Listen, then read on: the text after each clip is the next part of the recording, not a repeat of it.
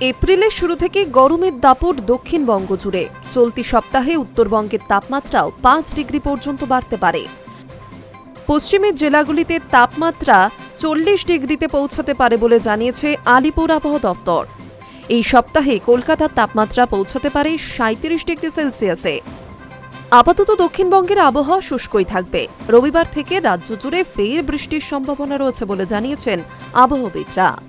শনিবার পর্যন্ত দক্ষিণবঙ্গের আকাশ মূলত পরিষ্কার থাকবে, কোথাও আংশিক মেঘলা আকাশ থাকতে পারে, তবে বৃষ্টির কোনো সম্ভাবনা নেই।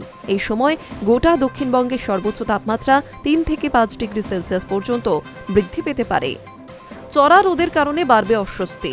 রবিবার আবহাওয়ার কিছুটা পরিবর্তন হওয়ার সম্ভাবনাও রয়েছে। রবিবার, সোমবার ও মঙ্গলবার ফের বজ্রবিদ্যুৎ সহ বৃষ্টিপাত হতে পারে দক্ষিণবঙ্গের বেশিরভাগ জেলায়। উত্তরবঙ্গের সব জেলাতে হালকা থেকে মাঝারি বৃষ্টির সম্ভাবনা আছে। ঝড় বৃষ্টি চলবে উত্তরের 5 জেলায়। দার্জিলিং, কালিম্পং, আলিপুরদুয়ার, কোচবিহার ও জলপাইগুড়িতে বিক্ষিপ্তভাবে ঝড় বৃষ্টি হতে পারে। 30 থেকে 40 কিলোমিটার গতিবেগে ঝোড়ো হাওয়ার সঙ্গে বৃষ্টির সম্ভাবনা রয়েছে।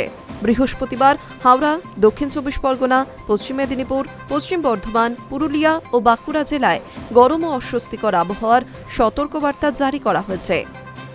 শুক্রবার থেকে কলকাতা, হাওড়া, দক্ষিণ 24 পরগনা, পশ্চিম মেদিনীপুর, পশ্চিম বর্ধমান, পুরুলিয়া, বাঁকুড়া এবং বীরভূম জেলায় অস্বস্তিকর আবহাওয়ার সতর্কতা জারি করেছে আলিপুর আবহাওয়া দপ্তর। বৃহস্পতিবার কলকাতার সর্বনিম্ন তাপমাত্রা 26 ডিগ্রি সেলসিয়াস। গতকাল শহরে দিনের সর্বোচ্চ তাপমাত্রা ছিল 33.8 degree Celsius. Hi news network.